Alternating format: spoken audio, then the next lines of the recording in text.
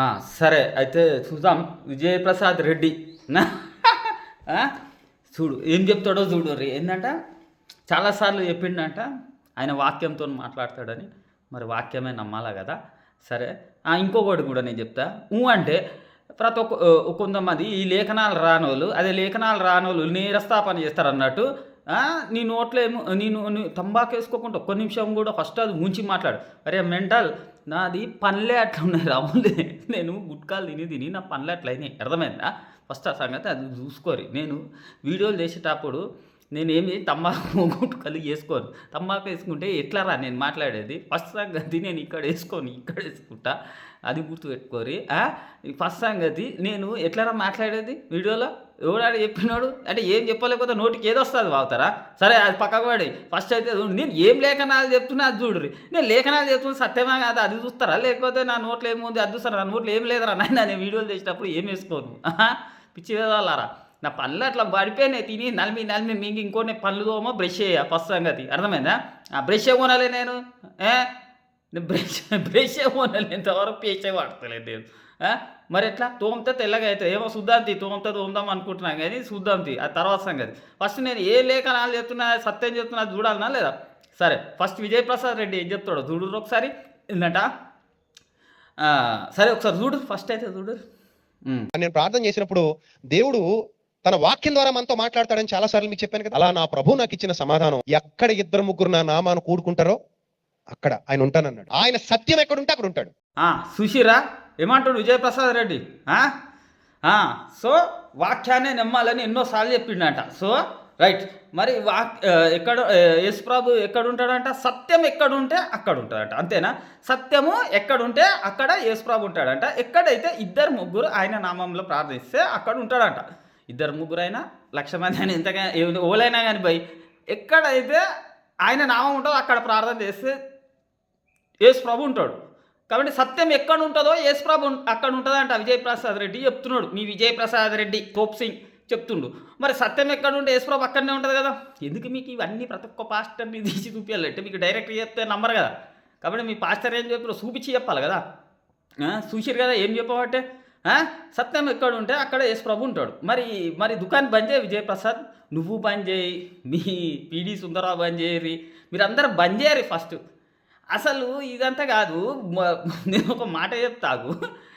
విజయప్రసాద్ రెడ్డి అసలు యేసుప్రభు మత్తయి సువార్త 6:19 భూమి మీద ధనం సమకూర్చుకోవద్దు అన్నాడు. నువ్వు ఏ లెక్కల సమకూర్చుకున్నావు?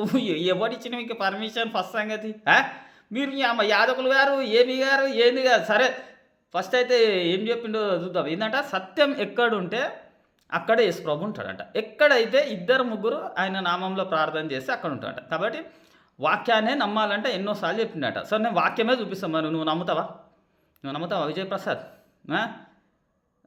ఓ క్రైస్తవులు అలా మీరు నమ్ముతారా? పోయి చెప్పుర్రి. అయ్యా మరి మేము ఈ హైపర్ గార్డ్ మినిస్ట్లో ఏం చేయాలన్నా మరి సత్యం ఎక్కడుంటే యేసుప్రభు అక్కడ ఉంటే నువ్వే చెప్పినావు. అలా వాక్యం కూడా నువ్వే చెప్పినావు. నా వాక్యమే నమ్మాలని చెప్పి ఎన్నోసార్లు చెప్పినావు కదా. మరి ఇక మేము ఈ హైపర్ గార్డ్ మినిస్ట్లో ఉండేం చేయాలా? మీ పీడి సుందరరావు దగ్గర పోయేందుకు మేము ఉండాలా? మేము మరి వెళ్ళిపోతున్నాం మరి అని లేచి వచ్చేయాలనా లేదా? మరి ఎక్కడైతే ఇద్దరు ముగ్గురు ఆయన నామంలో ప్రార్థన చేస్తారో అక్కడ ఉంటాడంట.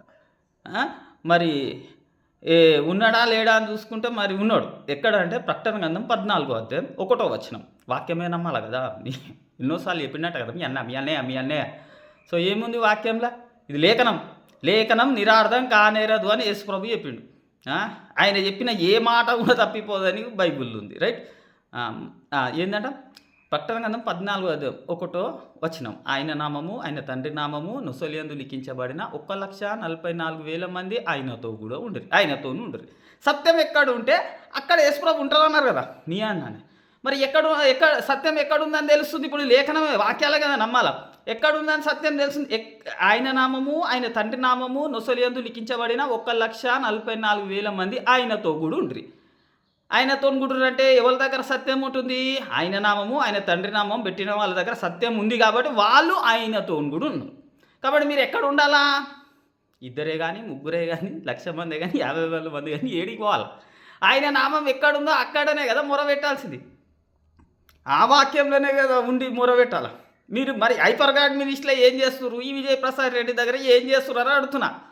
మరి వాళ్ళు ఎవరంటే 4వ వచనం, వాళ్ళు స్త్రీ సాంగతం అపవిత్రం కానివారు.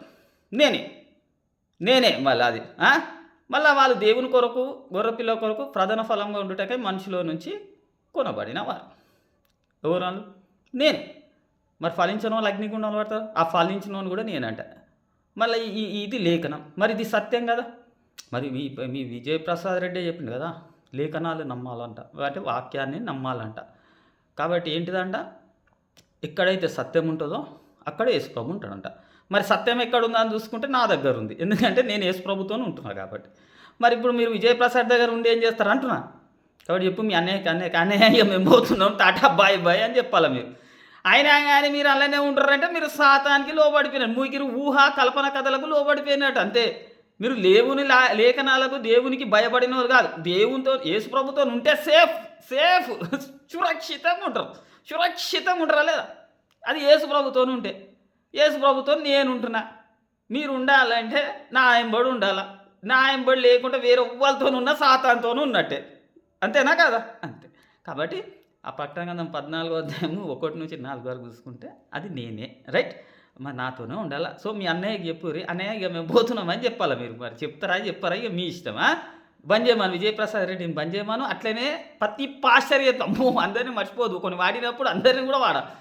అట్లనే మీ స్టీఫెన్ పాల్ని వదిలేరి, అట్లనే మీ మొత్తం పీడి సుందరాన్ని వదిలేరి, అట్లనే అదే అజ్ఞ ఏమో ఇట్టే అంటాడు చూడు, అదే పీడి సుందరాలు కొడుకు ఆయనను వదిలేరి. అసలు మీ మొత్తం మీ పాస్టర్లను అందరిని వదిలేయాలా లేదా లేకపోతే మీ ఇష్టం, మీ కర్మ. ఎన్నో లేఖనాలు లేఖనాలని నమ్ముతలేరు మీరు, అసలు యేసుప్రభు చెప్పిన వాక్యాలని నమ్ముతలేరు. ఇంకా కోపాలు వస్తున్నాయి, ఎందుకోసమేమో అర్థమవుతలే. సరేనా, రైట్ మరి.